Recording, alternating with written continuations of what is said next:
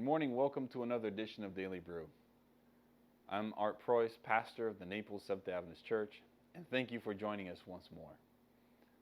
My wife has a saying that God has a habit of writing straight through crooked lines. At first when she told me that, I was like, well, that doesn't make any sense at all. And she says, yes, it does.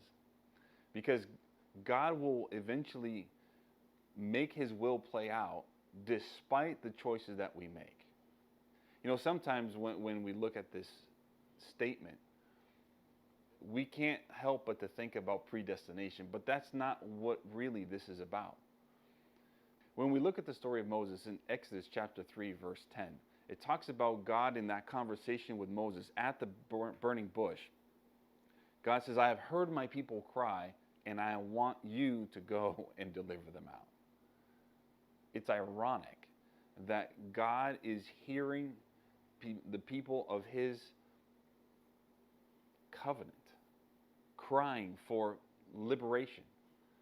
And the very person who grew up in the courts of Pharaoh, had the best education in the world, was trained to be a military general, could have liberated his people from the oppression of the Egyptians from a position of power.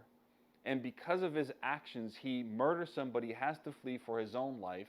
And during this process, he becomes a different man 40 years after the fact.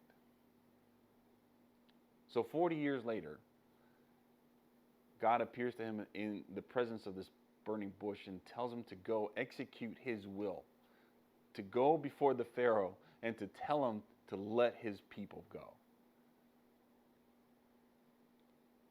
When you look at the overall scheme, we can think of many reasons or rationales, or we can even play the what ifs. But looking back, God does not impose his will over our personal choices. He has given us the power to choose. He has given us the freedom of free will.